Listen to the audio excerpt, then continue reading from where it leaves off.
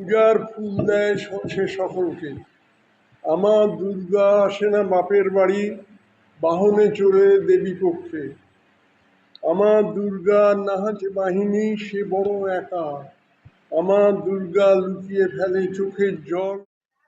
বই এমন একটি মূল্যবান সম্পদ যা বর্তমান উন্নত প্রযুক্তির যুগেও মানুষের কাছে গুরুত্ব অপরিসীম।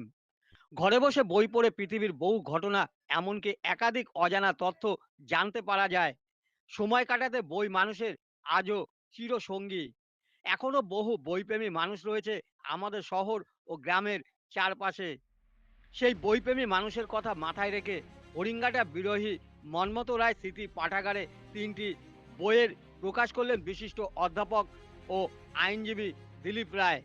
তিনি জানান যে ছোটবেলা থেকেই বইয়ের সাথে যুক্ত।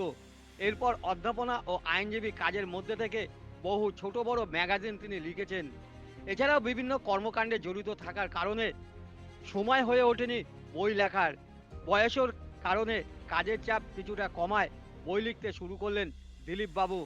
আজ তিনি ৩টি বইয়ের আনুষ্ঠানিক প্রকাশ করলেন। এদিন এই বিশেষ অনুষ্ঠানে একাধিক শিক্ষক শিক্ষিকা ও সমাজের বহু বিশিষ্টজন উপস্থিত ছিলেন। নদিয়ার হরিঙ্গাটা বিরোহীর বাসিন্দা আইনজীবী থেকে লেখক হয়ে নতুন অধ্যায় শুরু করলেন অধ্যাপক দিলীপ রায়।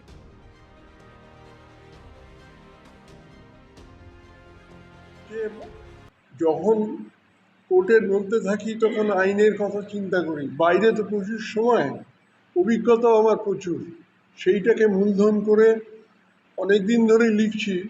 3টে বই বার করেছি। একটা কবিতার বই, তার নাম দিয়েছি এক তোড়া কবিতা। একটা গল্পের বই লিখেছি, তার নাম দিয়েছি এক মুঠো আবেগ।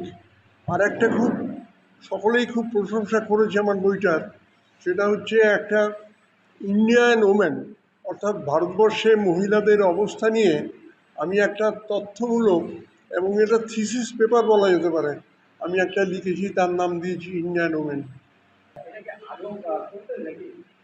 আগে মানে আমি তো বই ছোটোবেলা থেকেই কবিতা বা গল্প লিখি, এই ছোট ছোট ম্যাগাজিনে বেরোতো, ছোট ছোট ম্যাগাজিনে। তারপরে রাজনীতি এবং অধ্যাপনার সঙ্গে এত জড়িয়ে গেলাম সময় পেতাম না। তারপরে সময় যখন শুরু হলো, পেতে শুরু করলাম, তখন থেকেই লিখেছি। এছাড়াও আমার লেখা অনেক আছে, সেগুলো এখনো এর মধ্যে নেই, তবে এই 3টে বই মূলত আমি বার করেছি। এই বইটি আজকে প্রথম বের করলেন? এই প্রথম আজকে আমি বার করলাম। আমার দুর্গা ভেঙে পড়ে মানুষ হারালে মনুষ্যত্ব, আমার দুর্গার বিসর্জন হয় যখন মাথা উঁচু করে পশুত্ব। আমার দুর্গা মিলেমিশে আছে এই বাংলার ঘরে ঘরে, গর্জে উঠুক সিংহের মতো সকলের মঙ্গলের তরে।